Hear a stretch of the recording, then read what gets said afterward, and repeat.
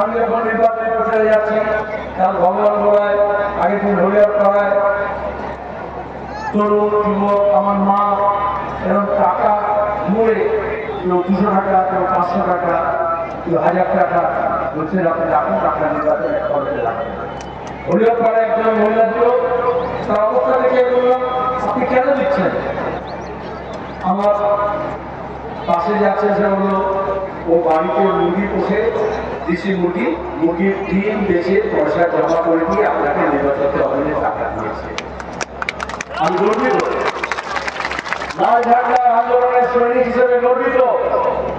একদিকে electoral bond, বড় বড় কোম্পানিগুলো বিজেপি আর তৃণমূলকে হাজার হাজার কোটি টাকা দিয়েছে, আর অন্যদিকে ভেজাল ওষুধ বিক্রি করেছে।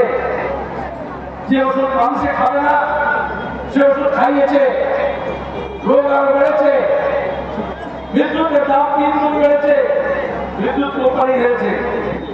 এই যে তেল, পেট্রোল, ডিজেল, কেরোসিন তেল, রান্না গ্যাসের দাম বাড়ছে, বিভিন্ন জিনিসের দাম বাড়ছে।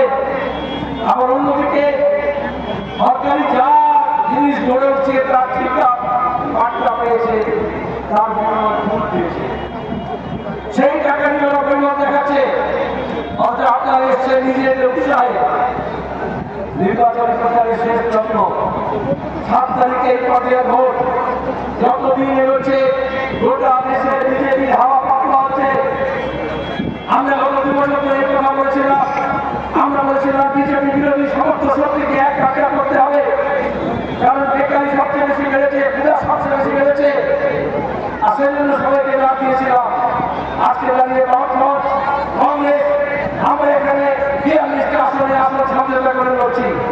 গোটা দেশে ইন্ডিয়ান লক একটা হয়েছে। মমতা ব্যানার্জি তৃণমূল কংগ্রেস প্রথম দিকে একটু কথা বলেছিল, কিন্তু পরে ভেঙে বসলো, কারণ ভাইপোকে বাঁচাতে হবে জেল থেকে। তিহার জেলে যাতে অভিষেক ব্যানার্জি না যায়, এই জন্য বাংলাকে বাড়ি ধরেছেন মমতা ব্যানার্জি, আর বিজেপির কাছে মামলা নিয়েছে। আর আমরা বলেছি এই নির্বাচনে শুধু বামফ্রন্ট কংগ্রেসের সমঝোতায় মানুষ এমপি বানাবেন না, এটা সেমিফাইনাল, 2 বছর পরে ফাইনাল হবে।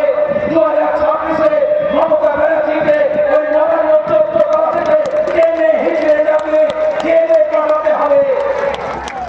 লুট হয়েছে চাকরি, প্রাইমারি স্কুলগুলো, মাদ্রাসা, জুনিয়র হাই হোক, সিনিয়র হোক, হায়ার সেকেন্ডারি স্কুল হোক, কলেজ হোক, বিশ্ববিদ্যালয় হোক, সেখানে শিক্ষক নেই। হেলথ সেক্টরে হাসপাতালে ডাক্তার নেই, পুলিশ নেই। একটা ভোট করতে হলে আমাদের কেন্দ্রীয় বাহিনী আনতে হবে, কারণ পুলিশের 75,000 পদ খালি আছে। আর যে পুলিশ আছে তাকে দিয়ে মিথ্যা মামলা করানো হয়েছে, পঞ্চায়েতে ভোট লুট করানো হয়েছে, গণনা কেন্দ্র দিয়ে পাহারা দেওয়ার বদলে তারা চুরি করেছে। আর এই জন্য আমরা বলেছি এটা লোকসভা নির্বাচন। অনেকে বলেন এই চর এলাকায় ভৈরব নদী দুপারে ভোট তো দিতে পারবো।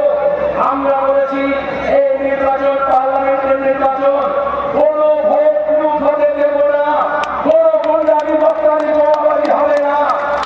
সব কটা বুথে কেন্দ্রীয় বাহিনী থাকবে, মানুষ নিজের ভোট নিজে দেবেন, সকাল সকাল দেবেন, নিজের প্রতিনিধি নির্বাচন করবেন।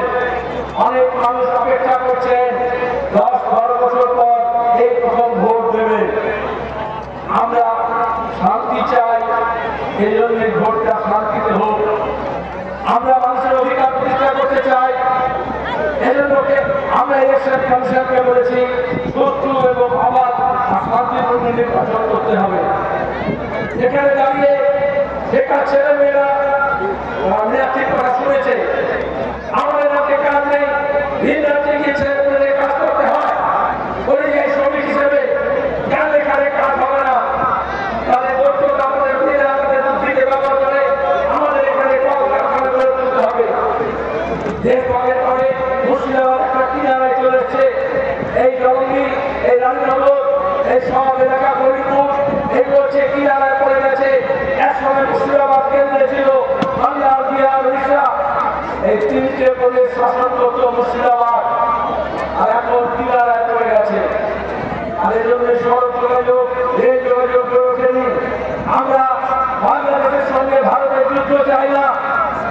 সম্প্রীতি চাই, বাংলাদেশ তাই চাই।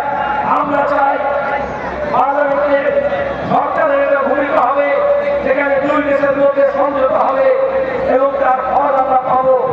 আর তার জন্য আমাদের রাজশাহী আর মুর্শিদাবাদের মধ্যে রেল সেতু যোগাযোগ বাড়িয়ে ব্যবসা বাণিজ্য বাড়াতে হবে, যাতে দাঁড়িয়ে মুর্শিদাবাদ আবার কেন্দ্রে চলে আসে। ফরিদপুর হয়ে কৃষ্ণনগর থেকে এই জঙ্গি হয়ে লালবাগ পর্যন্ত রেল লাইন কাটতে হবে, যাতে এখান থেকে অন্য জায়গায় গিয়ে ট্রেন না হয়। মুর্শিদাবাদ জেলায় কেন্দ্রে লোকসভা কেন্দ্রে মাত্র 16 থেকে 18 কিলোমিটার রেল লাইন আছে। কেন সেটা হবে? আমাদের রেল লাইন চাই। এখানে যে রেলের যোগাযোগ ব্যবস্থা আছে তা গড়ে তোলা সাংসদের কাজ। আমরা যখন যুব আন্দোলন করতাম এই দাবি নিয়ে লড়াই করেছি গত শতাব্দীতে, আবার সে লড়াই সংসদের মধ্যে দাঁড়িয়ে লড়তে হবে। এখানে দাঁড়িয়ে আমাদের আরো বেশি সড়ক যোগাযোগ দরকার। যেখানে গ্রামে গেছি লোকে বলছে টাওয়ার নেই, রাস্তা নেই, সড়ক নেই, কোথাও সড়ক আছে কি নরক আছে বোঝা যাচ্ছে না। সেইটাকে আমাদের সুস্থভাবে গড়ে তোলার দরকার আছে। আর আমাদের মা বোনেদের ইজ্জত সম্মান আমরা সন্দেশখালী দেখেছি। এরকম অনেকগুলো আমাদের রাজ্যের জায়গা আছে যেখানে তৃণমূল নিজের লুকিয়ে রাজত্ব কায়েম রাখার জন্য মা বোনেদের ইজ্জত নিয়ে খেলা করছে। আমরা সেটাকে সম্মানটাকে আবার ফিরিয়ে আনবো। তার সঙ্গে দাঁড়িয়ে আমি বক্তৃতা করতে পারি এটা প্রমাণ করানোর দরকার নেই। আপনাদের কাছে কাজ করতে পারি আপনাদের সামনে, তার জন্য মারফত এবং কংগ্রেসের সমর্থিত প্রার্থী হিসেবে হাজির হয়েছি। আগামী 1 সপ্তাহ মোহাম্মদ সেলিমের জন্য আপনারা কাজ করবেন, যাতে আগামী 5 বছর আপনাদের জন্য মোহাম্মদ সেলিম মুর্শিদাবাদ কেন্দ্রের শাসন করে থাকেন। ঘাটে মাচার আলোচনা হয়, মানুষের যন্ত্রণার কথা, একা বেদনার কথা, শিক্ষার কথা, স্বাস্থ্যের কথা, সমৃদ্ধির কথা, কিন্তু সেটা ওইখানে শুনিয়ে বলে যায়। সেই কথা কলকাতায় পৌঁছে না, সেই কথা দিল্লিতে পৌঁছে না। এই মাইক যেমন আমার কথা আপনাদের অনেকের কাছে পৌঁছে দিচ্ছে, এরকম মোহাম্মদ সেলিম আপনাদের মাইক হিসেবে সোচ্চার যাবে আপনাদের দাবি দেওয়া পার্লামেন্টের মধ্যে বলতে পারে, সেই অধিকার আপনারা দেবেন। এই দাবি করছি, এই অনুরোধ করছি। তার সঙ্গে দাঁড়িয়ে কোনো প্রলোভন নয়, কোনো বিপ্লব নয়, কোনো লোভ নয়। ওরা এখন তৃণমূল বুঝেছে কিছু করতে পারবে না। অনেকে তৃণমূলের লোকজন আছে, তারা আমার সঙ্গে আছে। পরিষ্কার কথা, ঠান্ডা তৃণমূলে লাগাচ্ছে, কিন্তু মনে মনে মোহাম্মদ সেলিম বলছেন এজন্য আমরা চাই কোনো ঝুট ঝামেলা যাতে না হয়। মুর্শিদাবাদ কেন্দ্রে লোকসভা নির্বাচনে এখনো কোনো গণ্ডগোল হয়নি। মমতা ব্যানার্জি এসে ভগবান মিটিং করে উস্কানি দিয়ে গেলেন। সেখানে আমাদের পার্টি অফিসে আগুন লাগালো রাতের বেলা। মিটিং এর পরে আমি নিজে গিয়ে সেখানে আমরা আবার সেই অফিস মেরামতি করে চালু করেছি। মমতা ব্যানার্জি বলছেন মোহাম্মদ সেলিম পাঁচ পাখি, উনি ভয় পেয়েছেন। আসলে উনি হচ্ছেন পায়রা। ওই যে কোপে যেরকম পায়রা বসে, ওই রকম আরএসএস তৃণমূলের কোপ বানিয়ে পায়রা এসেছে। স্বাভাবিকভাবে ভাগ পাখি রেখে তিনি ভয় পাচ্ছেন, কারণ তার উড়ান বন্ধ হয়ে যাবে। আমি আপনাদের কাছে অনুরোধ করবো, আমাদের পার্টি এবং কংগ্রেস কর্মী একসঙ্গে তো আছে, তার সঙ্গে দেখছেন আইনের ঝান্ডা লাগানো আছে, এরকম আরো অনেক দল, অনেক সংগঠন, অনেক ব্যক্তি যারা কোনো রাজনীতি করেন না, কিন্তু দেশকে নিয়ে ভাবেন, মানুষকে নিয়ে ভাবেন, জেলাকে নিয়ে ভাবেন, তারা এগিয়ে এসছেন। তাদের সবাইকে জড়ো করে নিয়ে প্রত্যেকটা বুথে বাহিনী তৈরি করুন। নিজের ভোট যাতে নিজে দিতে পারেন, কোনো ভোট যাতে নষ্ট না হয় সেদিকে নজর রাখবেন, কোনো ভোট ভাগাভাগি যাতে না হয়। এখানে লড়াই সরাসরি। অনেকে মনে করেছিলেন তৃণমূলের চুরি টাকা ধরে 56টি আর বিজেপিকে লাগবে, কিন্তু আমরা দেখলাম বিজেপি সরকার আসার পরে তৃণমূলের জোর বেড়ে গেল। বিচারপতি অমৃতা সিনহা বললেন যে অভিষেক ব্যানার্জির সম্পত্তি বেড়েছে 2013 পরে। 2013 পরে মোদী প্রধানমন্ত্রী হয়েছে, তাহলে আমার চৌকিদার হয়েছে, সেখানে চুরি বেড়ে গেছে। আর এই জন্য আমরা চাই আজকে তৃণমূল যদি হারাতে হয়, তাহলে আমার বিজেপি যারা মনে করেছিলেন শাস্তি দেবে, তৃণমূলকে তারা শাস্তি দেয়নি। হেমন্ত সোরেন জেলে আছে, আর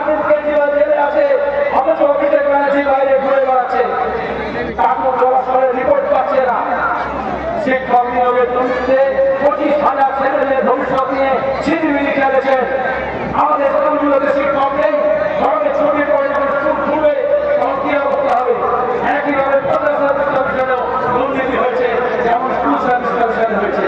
প্রাইমারি স্কুলগুলোতে আপনার প্রাইমারিতে শিক্ষক নেই, আর নতুন করে আবার নিয়োগের দুর্নীতি মামলা চলেছে।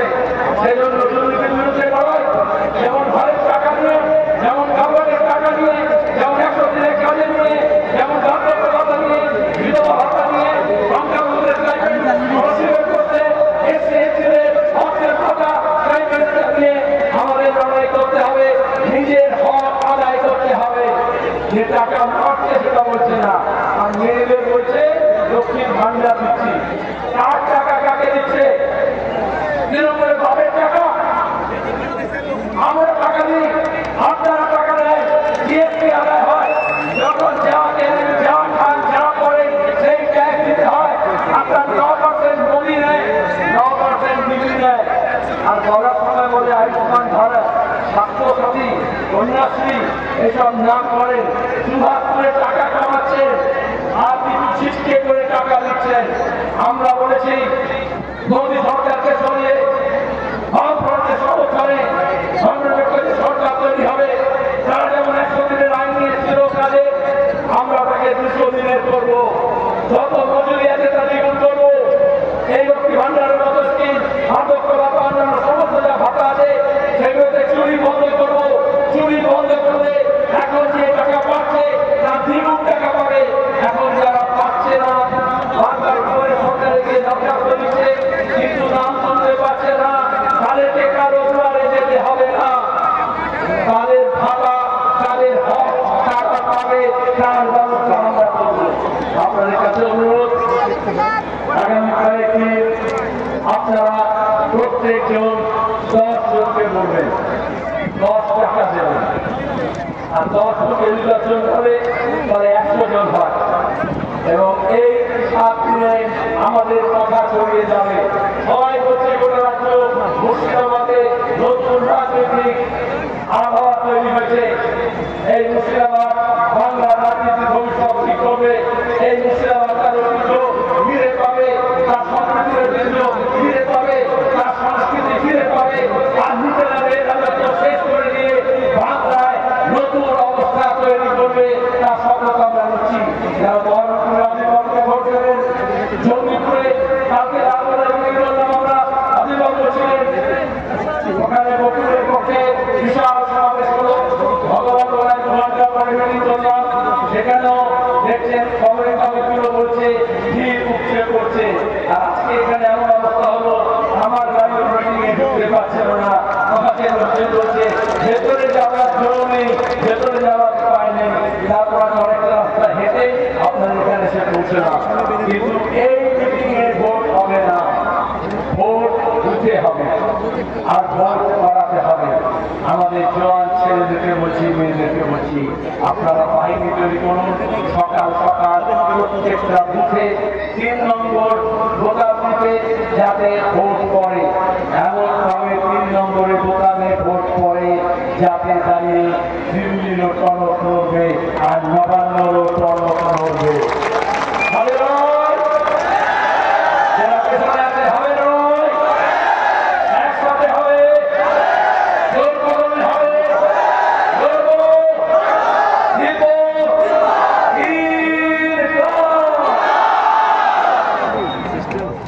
Ha ha ha.